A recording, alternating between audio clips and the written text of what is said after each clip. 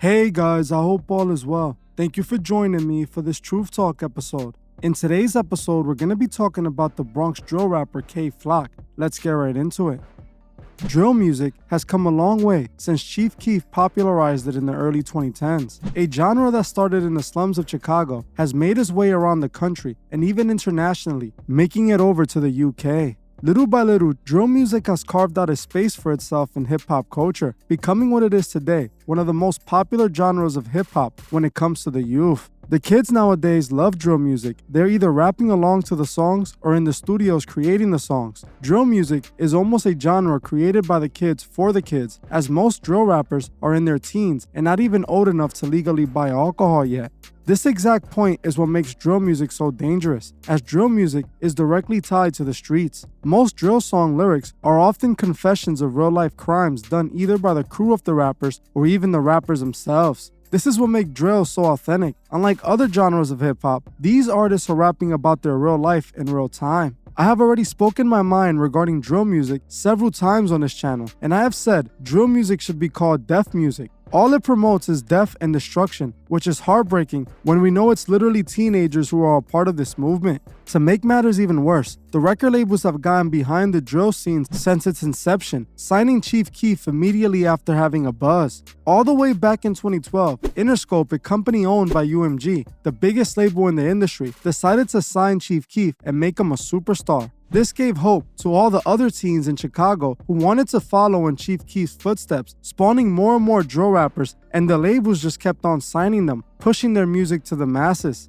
The record labels knew exactly what they were creating with drill music because they have done it before with gangster rap. Drill music in many ways is the evolution of gangster rap. The kids who are making drill music today were influenced by the gangster rappers they listened to when they were growing up. Drill music is being used as a tool to destroy and incarcerate the urban city youth. The same way gangster rap was used back in the 80s and the 90s is the way drill music is used today, but has been taken to a whole new level. The drill rappers that get record deals might think they made it by getting signed, but in reality, they have fallen for a trap. Even though the labels promise money and fame, most people don't know that the price outweighs the product. When a drill rapper signs that deal, they have sold their souls for temporary fame and riches. They have taken on the task of influencing their own people to live a destructive life, all for money and fame. The labels are signing these kids knowing they will destroy themselves for the world to see, so they can monetize the destruction, all while pushing their agenda. So the label just keeps on signing these kids as short-term investments that can sometimes have huge returns. A perfect example of this is the upcoming drill rapper from the Bronx, Kay Flock. Kay Flock was born April 20th, 2003 in the Bronx, New York area. Growing up, he was influenced by artists like Chief Keef, and he was exposed to the dangers of living in the slums of New York City.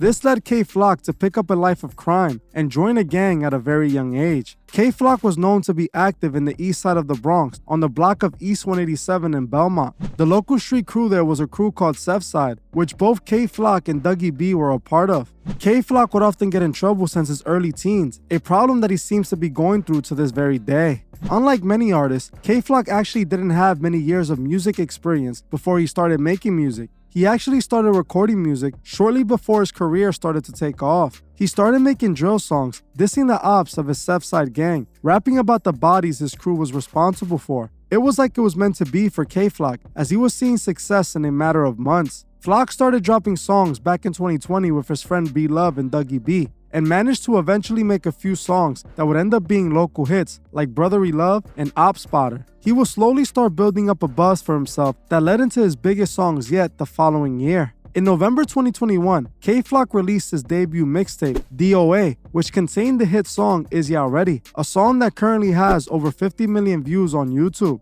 This project took Flock to the next level, and he was quickly becoming the most popular upcoming drill artist. Shortly after dropping this song, he would start getting label recognition, with labels starting to make offers left and right. He would end up signing to Capitol Records, getting an unconfirmed $3 million deal. Kay Flock had the summer of 2021 on lock, and wherever you went in New York City, you can hear his music. The more Kay Flock went at his ops and his music, the more popular his music would become. He was also becoming known by his audience for documenting his gang activities, as he would record himself and his fellow members running up on his ops while on live. Kay Flock, like other drill artists, learned the formula early on how to become relevant in the drill scene. and it was by dissing the fallen ops. So K-Flock and the rest of his crew were eager to add more names to the list of ops they can name drop in their songs. At this point, Capitol Records knew one or two things were bound to happen. Either K-Flock would end up getting arrested, or even worse, being taken out by the ops. Regardless, the record label knew either or would make them a quick flip on their money, as both usually temporarily boost music streams. Just as K-Flock was starting to see a bit of mainstream success, he would make a reckless decision that would cost him not only his music career, but his freedom.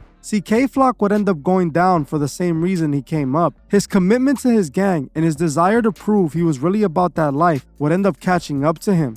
On December 16, 2021, K-Flock was walking down a Harlem block, accompanied by a female companion, when he walked past a barbershop that was on that block. Allegedly, Flock noticed a man by the name of Oscar Hernandez, who was a part of an opposing crew known as OYOGs. K-Flock appeared to open the barbershop door and taunt the man in the barbershop before closing the door and walking off. Oscar then proceeded to walk out after K-Flock to confront him. Words were exchanged, and this is when allegedly Oscar flashed his piece, with K-Flock appearing to back off. The situation seemed to de-escalate, and Oscar turns around, starts walking back to the barbershop as K-Flock pulls out a piece, letting go towards Oscar, which got him on the neck and back. Oscar fell out and wouldn't make it. K-Flock would then run off from the scene, ditching his piece and making a run for it. The police, not long after, revealed that they were looking for K-Flock for the incident, which led K-Flock to get a lawyer and turn himself in. Just as K-Flock was becoming the biggest artist in the city, his commitment to his lifestyle would sadly cost him everything. A lifestyle he was manipulated to live by hip-hop culture, and his activities that the record label seemed to have previously rewarded him for have now taken everything away from him. Overnight, trading the stages in crowded venues for a cell and jail food. After K-Flock got arrested, the labels got exactly what they wanted and took advantage of the situation, dropping countless songs and even putting together K-Flock's biggest song yet, Shake It featuring Cardi B. The record labels knew from the moment they signed him that he would either end up in prison or in a box. They saw him as a short-term investment that would make them tons of money for a year or two, and that's exactly what he ended up being. Just as K-Flock thought it couldn't get any worse, he and members of his Sevside crew were indicted by the feds while he was in jail. The feds are charging Flock with RICO and other charges they believe he committed with his crew. Crimes that he and his crew openly and happily rapped about. Crimes that they bragged about that the record label signed them for. The labels profited off of every lyric K-Flock rapped about, lyrics that he is now being charged for. The labels knew exactly what K-Flock was about and what he was going to be promoting to his fans, and they chose to turn him into a superstar. He destroyed his life for a moment of fame, money, and success, being tricked by the labels into making them millions. K-Flock is most likely going to spend the rest of his life in prison. The labels are going to milk every inch of money out of his music until he becomes irrelevant. The record label that K-Flock sold out to would eventually abandon him, and the fans that were supporting his every move will forget him as he becomes a memory of the early 2020s. All while the label goes on to repeat the cycle, signing more and more drill artists who are willing to push death music to their fans. This is what drill music was created for. It was created by Lucifer's influence to destroy the youth. Kids are throwing their lives away for a hit song, not caring about the consequences. The music industry has stolen the soul of so many of our people. I myself personally saw the effects of drill music when it started. I saw the youth change and begin to live that drill lifestyle. K-Flock, for a short moment, danced with the devil and saw firsthand what it was like. He thought he had beaten the system and was gonna be able to profit off his evil. I usually don't tell people what they should do with their lives. I honestly just prefer to provide the truth so you can make your own informed decision. But when it comes to drill music, we really shouldn't support this genre of music. It's destroying the youth, and by supporting it, you're playing a role in that. Drill music needs to end, and the youth needs to be protected. We are failing them by allowing this music to exist. We must not let the record label executives outsmart our children and guide them to a burning end. We just saw the perfect example of what drill music does to the audience and even to the artists themselves, like we saw with K-Flock. Let's try our best to prevent more kids from meeting this fate. Like I always say, we must remember that every day we wake up, our souls are at stake. And we also must remember to help those who can't see the truth find the truth. Well, that's it for this video. Thank you all for watching, and I'll see you guys in the next one. I just want to give a special shout out to the Truth Movement members. I truly appreciate every single one of you. If you'd like to further support the channel, join the Truth Movement, or you can join me on Patreon where I drop exclusive videos monthly. The link would be in the description. Another way you can further support the channel is by checking out the Truthfist store and seeing if you find anything you like. Every purchase you make goes directly to helping the channel and furthering Truth Records. Also, please leave a comment on your thoughts below and on any future topics you would like to see me cover on my channel. If you're new to the channel, make sure you subscribe and hit the bell so you can be notified when I drop new videos. If you like this video, please leave a like as it helps other people find these videos. You can also find me on TikTok and Instagram and follow me there for more truth. Thank you all for watching, and I'll see you guys in the next one.